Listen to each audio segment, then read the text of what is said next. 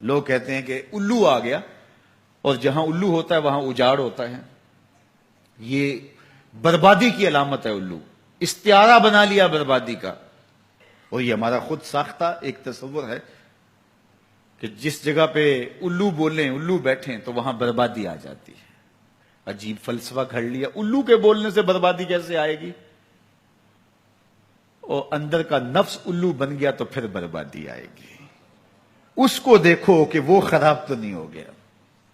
میں کہتا ہوں ایک گھر میں صبح کا آغاز سجدوں سے ہوتا ہے، پھر سورہ یاسین کی تلاوت کی جاتی ہے. سارا دن گھر کے اندر محبت، چاشنی اور پیار سے افراد خانہ کا وقت گزرتا ہے. کمائی کر کے لانے والا گھر کا کفیل رزق حلال لا کے اپنے بچوں کو کھلاتا ہے. نظر کی پاکیزگی اور خیالوں کی طہارت کا سامان ہوتا ہے.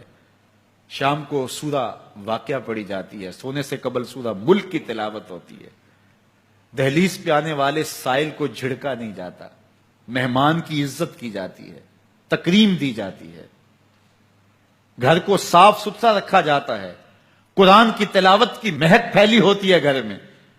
گھر کے اندر درخت پر 100 الو بھی بیٹھ جائیں اس گھر میں بربادی نہیں آئے گی. اور ایک گھر میں اللہ کے حکموں کو توڑا جاتا ہے. افراد خانہ ایک دوسرے کو گالم گلوچ کرتے ہیں. قرآن کبھی کھول کے کسی نے نہیں دیکھا. سجدے کی کسی کو توفیق نہیں ہوئی. تو گھر کے اندر جو مرضی رکھ لیں برکت نہیں ہوگی. میاں یہ تو تمہارے اعمال کا نتیجہ تھا، لیکن تم نے لگا دیا الو کے کھاتے کہ الو بیٹھ گیا، یہ سب کچھ بربادی ہوئی. تم نے وعدے توڑے، تم نے لوگوں کو 2 نمبر مال دیا، اس لیے تمہاری فیکٹری برباد ہوئی، اس لیے تمہاری دکان نہیں چل رہی. کہ تم کہتے کچھ ہو دیتے کچھ ہو. ایک مرتبہ جو دھوکہ کھاتا ہے وہ دوبارہ تمہاری دکان پہ نہیں آتا. یہ الو کا کام نہیں ہے، یہ تمہارے نفس کے الو کا کام ہے. لیکن تم نے الو پہ مڑ کے کسی منحوسہ، یہ فلاں منحوسہ ہماری دکان پہ آئی صبح، آج سارا دن گاہک ہی نہیں آیا. کیا فلسفہ تم نے تراشا؟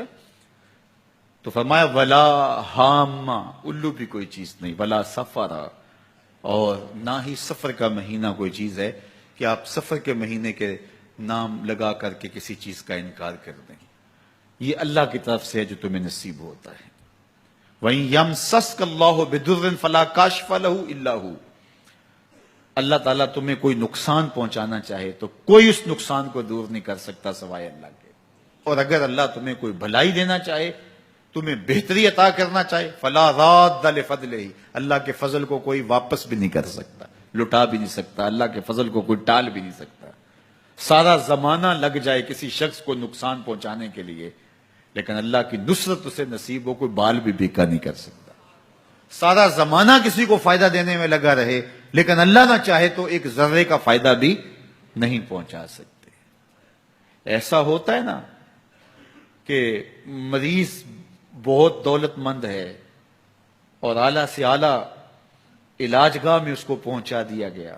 ہر وقت 5-6 ڈاکٹر اوپر کھڑے ہیں، ایک ایک سانس کو کنٹرول کرنے کی کوشش کرتے ہیں. کئی مشینوں کے اندر ایک ایک چیز کا ہر وقت ٹیسٹ ہو رہا ہے، لیکن موت آئی تو سارے ڈاکٹر ایک سانس کی بھیک بھی نہیں دے سکتے. اور دوسرا بیمار پڑا ہے، ہاسپٹل والوں نے بھی جواب دے دیا، اس غریب کو کسی پرواہ نہیں کی ہے، اس کو باہر جھاڑے میں پھینک دیا. میرا مالک شفا دینا چاہے تو اسے عطا کر دے. شفا اللہ کے پاس ہے، موت اللہ کے پاس ہے، زندگی اللہ کے پاس ہے، خیر اللہ کے پاس ہے. وہ جس کو جو چاہے عطا کرے. اپنے عقیدوں کو مضبوط کرو، اللہ پر توکل کرو، اللہ پر بھروسہ کرو. وہ چاہے تو ہوتا ہے، وہ نہ چاہے تو کچھ نہیں ہوتا. اس کے چاہنے سے ہے اور اس کے نہ چاہنے سے نہیں ہے.